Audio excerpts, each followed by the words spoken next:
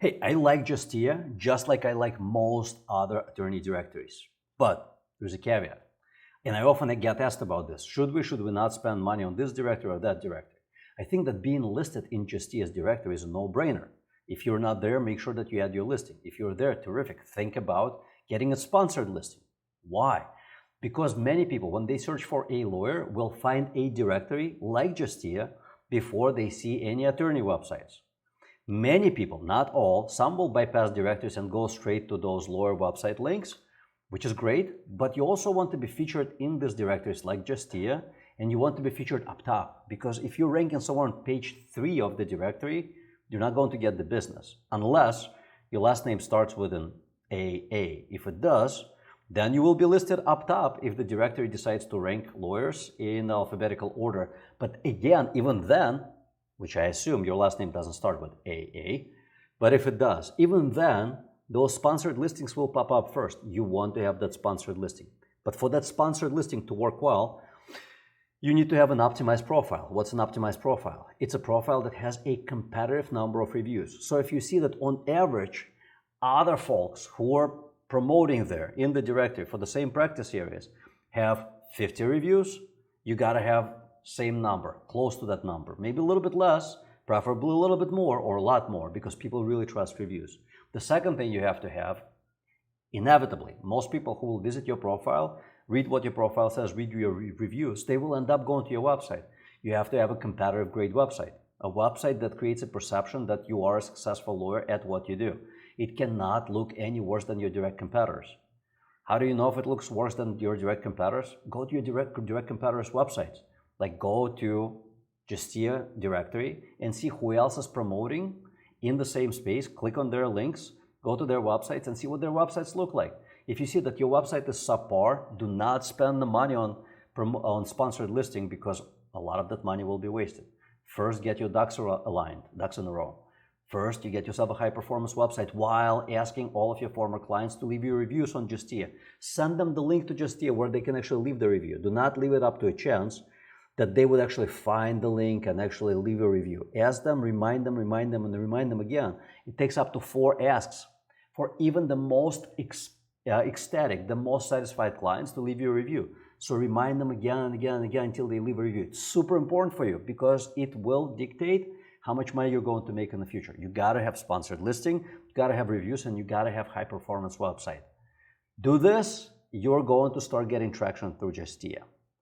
So after you start getting traction for Justia, measure the outcome for just 3 months. Here's how you measure outcome. Look at the number of actual inquiries that you get through the directory. You should have a proficient marketing company do this for you. You're a lawyer. Don't spend time doing this. Just as the same way you would tell your prospective clients, do not attempt to be their own lawyers. Do not attempt to be a marketer. It's going to be a waste of your time and you're going to make mistakes. But your marketing company should be measuring the following: the number of leads that you're getting to the website or inquiries, average cost per lead. Imagine that you're spending $1,000 on the directory per month and you get 50 leads. It's awesome. $20 per lead. Next, you have to look at how productive those leads are. What's the close rate? Let's imagine that it takes you 4 leads to get 1 client. That's awesome, right? So 25% close rate is terrific. And you get 50 leads, you're banking, you're getting like 12 clients a month for $1,000. That's fantastic. On the contrary, if it takes you 40 leads to get 1 client, it's not so great. Now, you have to also take into consideration lifetime value of a client. And that happened. Now, here's what I mean by that. Let's imagine that it takes you $500 in client acquisition cost because you get, let's say, 40 leads, but it takes you 20 leads to get 1 client. Is that good or bad? Well, you're having a lot of conversations to get just 1 client, but what if you do major cases? And each case value is about, on average, $100,000. Is it worth it? I'd say so. Unless you're getting a ton of leads somewhere else, much cheaper in terms of the time investment that you have to make into those leads and to those clients. Those things have to be measured. The number of leads, average cost per lead, average cost per client acquisition, and then that average cost per client acquisition has to be compared to the average lifetime value of a client. If you're getting a client for less than 20% of client acquisition cost, that's a terrific result. Anytime I could put in $1 and get $5 back, that's awesome. Measure all of those things for 3 months, and you will know whether Justia is a good channel for you to invest money into getting more leads. Now, Justia doesn't just do that. Justia provides various marketing services. I am not here to knock on a competitor, so I will only talk about things that I see objectively from Justia without talking about services. The one thing that I consistently hear from our clients is that Justia has very cookie cutter websites. The other thing that people complain about Justia is that Justia has its own proprietary content management system.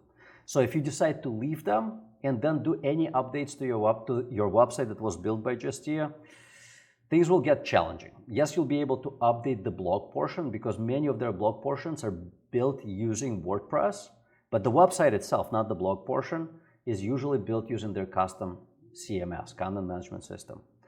So chances are you will have to spend money again on rebuilding the website somewhere else. So that's the only downside.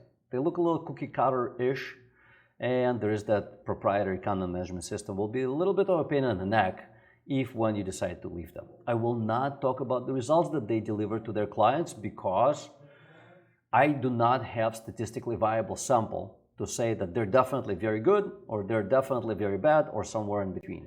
If you do go into your market and start looking for lawyers in your practice areas, look for what is in the footer of those websites that show up well in organic search results, like below the ads in Google, below the local map where you see that local map with 3 providers there, below the directories. Look there, see who is ranking there, open those websites, look in the footer.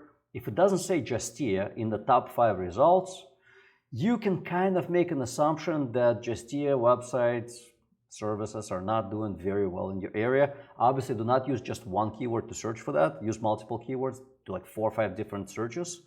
And when you do that, if you use Google Chrome, use incognito mode so that you have a better opportunity to see clean results, those that are not affected by your prior search. All of this is very important for you to make a decision whether Justia is the right service provider for you or not. I'm not talking about the directory. The directory is a given, something that you should be testing out for at least 3 months to see if it works well for you. That is all that I'm going to say about that. Once again, give them a shot as far as the directory goes, and the services, well, I did create a checklist for lawyers when you are selecting a marketing company to help you generate more business. Grab that checklist down below. I know that most lawyers, when they select a marketing company, not most, many. Most of our lawyer clients who come to us are not what we refer to as virgin clients, meaning they have been with other marketing companies before and they have been dissatisfied. One of the reasons I think is lawyers are really good at law, but are not necessarily well qualified to select the best marketing company for that. That is why I created that checklist. Download the checklist, use it in every interview you have with a prospective marketing company. I always suggest interviewing at least 3 marketing companies before you decide on one, right? And then you will see which one is best for you. Good luck.